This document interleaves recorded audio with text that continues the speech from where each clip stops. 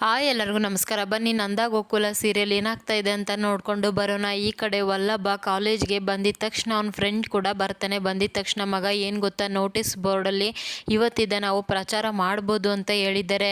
ಆ ಅಮೂಲ್ಯ ಮಾಡೋದಕ್ಕಿಂತ ಮುಂಚೆ ನಾವು ಶುರು ಮಾಡ್ಕೊಳ್ಳೇಬೇಕು ಅಂತ ಹೇಳ್ತಾ ಇರಬೇಕಾದ್ರೆ, ಹೌದು ಮಚ್ಚ, ಕರಿಬೇಕಂತೂ ಗೆಲ್ಲೋಕೆ ಸಾಧ್ಯನೇ ಇಲ್ಲ, ನಾವು ಪ್ರಚಾರನ ಇವತ್ತಿದ್ದೇನೆ ಶುರು ಮಾಡೋಣ ಅಂತ ವಲ್ಲಭ ಕೂಡ ಹೇಳ್ತಾ ಇರ್ತಾನೆ. ಅದೇ ಟೈಮ್ಗೆ ಅಲ್ಲಿರೋರೆಲ್ಲರೂ ಕೂಡ ನಾನಂತೂ ಅಮೂಲ್ಯಗೆ ಓಟ್ ಹಾಕೋದು, ನಿಜವಾಗ್ಲೂ ಕೂಡ ಅಮೂಲ್ಯನ ನೋಡ್ತಾ ಇದ್ರೆ ಖುಷಿ ಆಗುತ್ತೆ ಅಂತ ಹೇಳಿದ ತಕ್ಷಣ, ಲೋ ಮಗ, ಏನು ಇವರು ಆ ಕರಿಬೇಕನ್ನ ಹೊಗಳ್ತಾ ಇದ್ದಾರೆ, ಅದು ಇಷ್ಟೊಂದೆಲ್ಲ ಗುಣಗಾನ ಮಾಡ್ತಾ ಇದ್ದಾರೆ ಅಂತ ವಲ್ಲಭ ಅಂತೂ ಶಾಕ್ ಆಗಿಬಿಟ್ಟು ಏನಾಗ್ತಾ ಇದೆ ನೋಡಬೇಕು ಅಂತ ಬರ್ತಾ ಇರ್ತಾರೆ. ನಾವಂತೂ ಅಮ್ಮಗೆ ಓಟ್ ಹಾಕೋದು, ನಿಜವಾಗ್ಲೂ ಕೂಡ ಅಮ್ಮು ಮನಸ್ಸು ತುಂಬ ದೊಡ್ಡದು ಅಂತ ಎಲ್ಲರೂ ಮಾತಾಡ್ತಾ ಇರಬೇಕಾದ್ರೆ, ಅಲ್ಲ ಎಲ್ಲರಿಗೂ ಏನಾಗಿದೆ ಅಂತ ವಲ್ಲಭ ನೋಡ್ತಾ ಇರಬೇಕಾದ್ರೆ, ಅಮ್ಮು ರಾತ್ರಿ ವಲ್ಲಭಗೆ ಊಟ ಕೊಟ್ಟಿರ್ತಾಳೆ ಅಲ್ವಾ, ಅದನ್ನ ಫೋಟೋ ತೆಗೆದ್ಬಿಟ್ಟು ಬ್ಯಾನರ್ ಹಾಕ್ಸ್ಬಿಟ್ಟು ನಿರಾಶ್ರಿತರಿಗೆ ಸಹಾಯ ಮಾಡ್ತಾ ಇದ್ದೀನಿ ಅಂತ ಪ್ರಿಂಟ್ ಹಾಕ್ಸಿರ್ತಾಳೆ. ಅದನ್ನು ನೋಡಿಬಿಟ್ಟು ವಲ್ಲಭಗಂತೂ ತುಂಬಾ ಕೋಪ ಬರ್ತಾ ಇರುತ್ತೆ. ಅಯ್ಯೋ ಅಯ್ಯೋ, ನನ್ನ ಫೋಟೋನೇ ತೆಗೆದ್ಬಿಟ್ಟು ನನ್ನಿದ್ದೇನೆ ಪ್ರಚಾರನ ಶುರು ಮಾಡ್ಕೊಂಡಿದ್ಯಾ ಅಂತ ಹೇಳ್ಬಿಟ್ಟು ಆ ಫೋಟೋಗೆಲ್ಲ ಸರಿಯಾಗಿ ಹೊಡಿತಾ ಇರ್ತಾನೆ. ಏನೋ ಮಗ, ನಿನ್ನನ್ನೇ ಬಳಸ್ಕೊಂಡು ಪ್ರಚಾರ ಶುರು ಮಾಡಿಬಿಟ್ಟಿದ್ದಾಳೆ ಇವಳು ಅಂತ ಅವ್ನ ಫ್ರೆಂಡ್ ಕೂಡ ಹೇಳ್ತಾ ಇರ್ತಾನೆ. ಅದೇ ಟೈಮ್ಗೆ ಈ ಕಡೆ ಗಿರಿಜಾ ಕೂಡ ಅಡುಗೆ ಮಾಡ್ತಾ ಇರಬೇಕಾದ್ರೆ ಅಲ್ಲಿಗೆ ಮೀನಾ ಕೂಡ ಬರ್ತಾಳೆ. ಏನು ಮಾಡ್ತಾ ಇದ್ದೀರಾ ರಕ್ಷಾ ಅಂತ ಹೇಳಿದ ತಕ್ಷಣ ರಕ್ಷಾ ಕೂಡ ಮಾತಾಡ್ಸಕ್ಕೆ ಹೋಗ್ತಾಳೆ. ಅವಾಗ ಗಿರಿಜಾ ಕೋಪ ಮಾಡ್ಕೊಂಡಿದ್ದ ತಕ್ಷಣ ಸುಮ್ಮನಾಗ್ಬಿಡ್ತಾಳೆ. ಅಯ್ಯೋ, ನಾನು ಏನಾದರೂ ಸಹಾಯ ಮಾಡಲಾ ಅಂತ ಹೇಳಿದ ತಕ್ಷಣ, ಅಯ್ಯೋ ಅದಕ್ಕೆ ನಾವಿವತ್ತು ಊಟಕ್ಕೆ ಸಬ್ಸಾರು ಹಾಗೆ ಅಪ್ಪಗೆ ಇಷ್ಟ ಆಗಿರೋ ಅಡುಗೆನ ಮಾಡ್ತಾ ಇದ್ದೀವಿ ಅಂದಾಗ, ಏ ರಕ್ಷಾ, ಯಾಕೆ ಅವಳ ಹತ್ರ ಮಾತಾಡ್ತಾ ಇದೆಯಾ, ಕೆಲಸ ಮಾಡೆ ಅಂತ ಹೇಳಿದಾಗ ಅದು ಅಂತ ಹೇಳೋಕೆ ಬರ್ತಾಳೆ. ಯಾಕೆ ರಕ್ಷಾ, ನಿನಗೆ ಕೊಟ್ಟಿರೋ 2 ಏಟು ಅವಳಿಗೂ ಕೂಡ ಕೊಡಬೇಕಾ, ಸುಮ್ಮನೆ ಇಲ್ಲಿದ್ದ ಹೋದ್ರೆ ಸರಿ, ನನಗೆ ಸುಮ್ಮನೆ ತೊಂದರೆ ಕೊಡೋಕ್ಕೆ ಬರಬಾರ್ದು ಅಂತ ಗಿರಿಜಾ ಕೋಪ ಮಾಡ್ಕೊಂಡು ಹೇಳ್ತಾ ಇರಬೇಕಾದ್ರೆ, ಅಯ್ಯೋ ಅತ್ತೆ, ನಾನು ನಿನ್ನ ಹತ್ರ ಏನೋ ಒಂದು ಕೇಳಬೇಕು, ನೀವೇನು ಮಾತಾಡಬೇಡಿ ಅತ್ತೆ, ಹ್ಞೂ ಅನ್ನಿ ಇಲ್ಲ ಇಲ್ಲ ಅಂತ ಹೇಳಿ, ಹೋಗು ಅನ್ನಿ ಇಲ್ಲ ಹೋಗ್ಬೇಡ ಅಂತ ಹೇಳಿ, ಇಷ್ಟೇ 4 ಪದದಲ್ಲಿ ಉತ್ತರ ಕೊಟ್ಬಿಟ್ರೆ ಸಾಕು, ಹೇಗಾದರೂ ಮಾಡಿ ನನ್ನ ಪ್ರಶ್ನೆಗೆ ಉತ್ತರ ಕೊಡಿ ಅಂತ ಹೇಳ್ತಾಳೆ.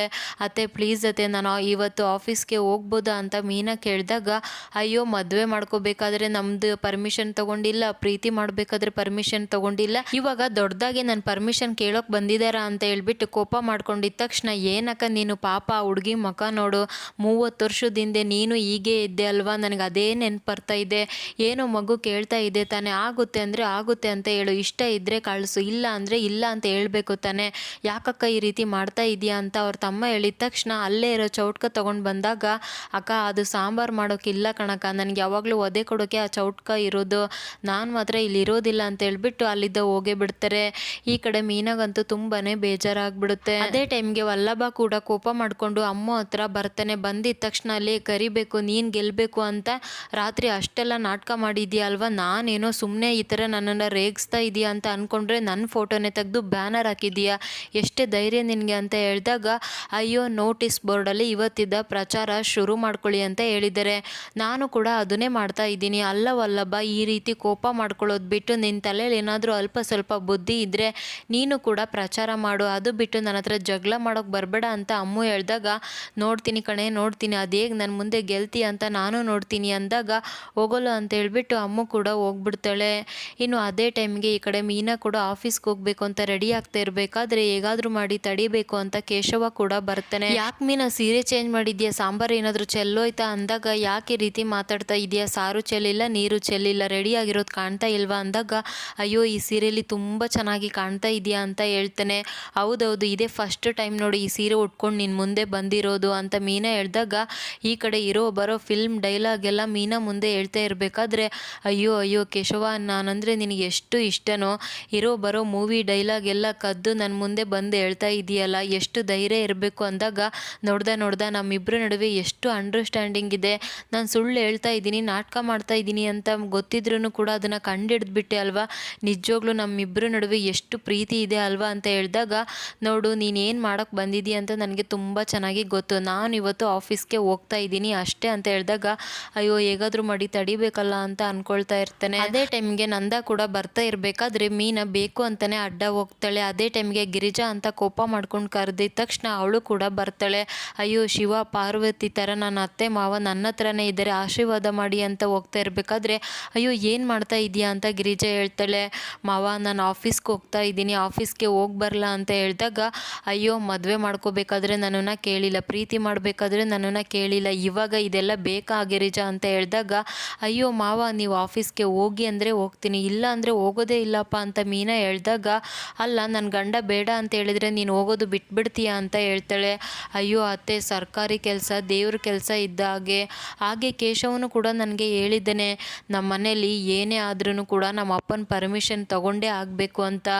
ನನಗೆ ನಮ್ಮ ಮಾವ ಪರ್ಮಿಷನ್ ಕೊಟ್ರೇ ಖುಷಿಯಾಗೋದು ಅಂತ ನಾಟಕ ಮಾಡ್ತಾ ಇರಬೇಕಾದ್ರೆ ನೋಡಿ, ಅವ್ರವ್ರ ಇಷ್ಟ, ಬೇಕು ಅಂದರೆ ಕೆಲ್ಸಕ್ಕೆ ಹೋಗ್ಬೋದು, ಇಲ್ಲ ಅಂದರೆ ಇರ್ಬೋದು, ನನ್ನ ಹತ್ರ ಕೇಳೋ ಅವಶ್ಯಕತೆ ಇಲ್ಲ ಅಂತ ಹೇಳ್ಬಿಟ್ಟು ಅಲ್ಲಿದ್ದ ಹೋಗ್ಬಿಡ್ತಾನೆ.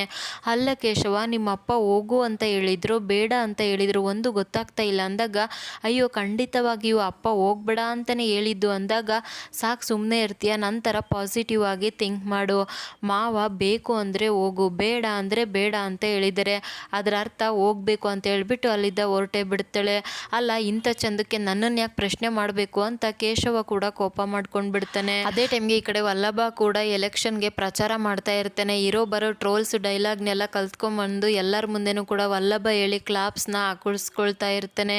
ಅದೇ ಟೈಮ್ಗೆ ಈ ಕಡೆ ನಂದನು ಕೂಡ ತುಂಬ ಬೇಜಾರು ಮಾಡ್ಕೊಂಡು ಕೂತಿರ್ಬೇಕಾದ್ರೆ ರಕ್ಷಾ ಬಂದ್ಬಿಟ್ಟು, ಅಪ್ಪ ಬಾರಪ್ಪ, ದಯವಿಟ್ಟು ಊಟ ಮಾಡು, ನೀನು ಊಟ ಮಾಡಿಲ್ಲ, ಈ ಥರ ನೋಡೋಕ್ಕೆ ಬೇಜಾರಾಗ್ತಾ ಇದೆ ಅಂತ ಹೇಳಿದಾಗ, ಹೌದು ರೀ, ಏನೋ ನಮ್ಮ ಹಣೆ ಬರದಲ್ಲಿ ಆಗಿದೆ, ಅದನ್ನು ಅನುಭವಿಸ್ಬೇಕು, ನೀವು ಇದನ್ನು ಜಾಸ್ತಿ ತಲೆ ಕೆಡಿಸ್ಕೋಬೇಡಿ ಅಂತ ಗಿರಿಜಾ ಹೇಳಿದಾಗ, ನನ್ನ ಕೇಶವ ನಾನು ನೋಡಿದರೆ ಎಷ್ಟು ಭಯ ಪಡ್ತಾ ಇದ್ದ ಅಂಥವನು ಈ ರೀತಿ ತಪ್ಪು ಮಾಡಿದ್ದಾನೆ ಅಂದರೆ ನನ್ನ ಕೈಯಲ್ಲಿ ನಂಬೋಕ್ಕಾಗ್ತಾ ಇಲ್ಲ ಗಿರಿಜಾ ಅಂತ ಹೇಳ್ತಾನೆ.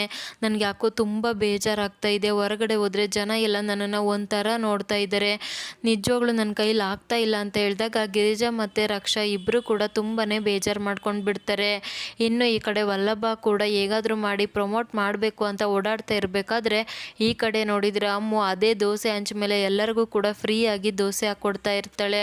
ಅಯ್ಯೋ ಏನೇ ಮಾಡ್ತಾ ಇದೀಯಾ ಅಂತ ಅಲ್ಲಿಗೆ ವಲ್ಲಭ ಬಂದಿದ್ದ ತಕ್ಷಣ, ಅಯ್ಯೋ ಪಾಪ ಎಲ್ಲರೂ ಕೂಡ ಕಾಲೇಜಲ್ಲಿ ಓದಬೇಕು ಅಂತ ಎಷ್ಟು ಕಷ್ಟಪಟ್ಟು ಬರ್ತಾ ಇರ್ತಾರೆ, ಒಂದೊಂದು ಹೊತ್ತು ಊಟನೂ ಕೂಡ ಎಷ್ಟು ಕಷ್ಟಪಟ್ಟು ಮಾಡ್ತಾರೆ, ನಾನೇನಾದರೂ ಎಲೆಕ್ಷನ್ನಲ್ಲಿ ಗೆದ್ದರೆ ಎಲ್ಲರಿಗೂ ಕೂಡ ಫ್ರೀಯಾಗಿ ದೋಸೆ ಮಾಡಿಕೊಡ್ತೀನಿ ಅಂತ ಹೇಳ್ತಾ ಇರಬೇಕಾದ್ರೆ, ಯಾಕೆ ಈ ಥರ ಸುಳ್ಳು ಪ್ರಚಾರ ಮಾಡ್ತಾ ಇದೀಯಾ, ಕರಿಬೇಕು ಅಂತ ವಲ್ಲಭ ಕೂಡ ಬೈತಾ ಇರಬೇಕಾದ್ರೆ, ಹೋಗೋ ಸುಮ್ಮನೆ, ತಾಕತ್ತಿದ್ರೆ ನನ್ನ ಮುಂದೆ ಗೆದ್ದು ತೋರಿಸಿ ಆಮೇಲೆ ಮಾತಾಡು ಅಂತ ಹೇಳಿದಾಗ ವಲ್ಲಭಗಂತೂ ತುಂಬಾ ಕೋಪ ಬಂದ್ಬಿಡುತ್ತೆ.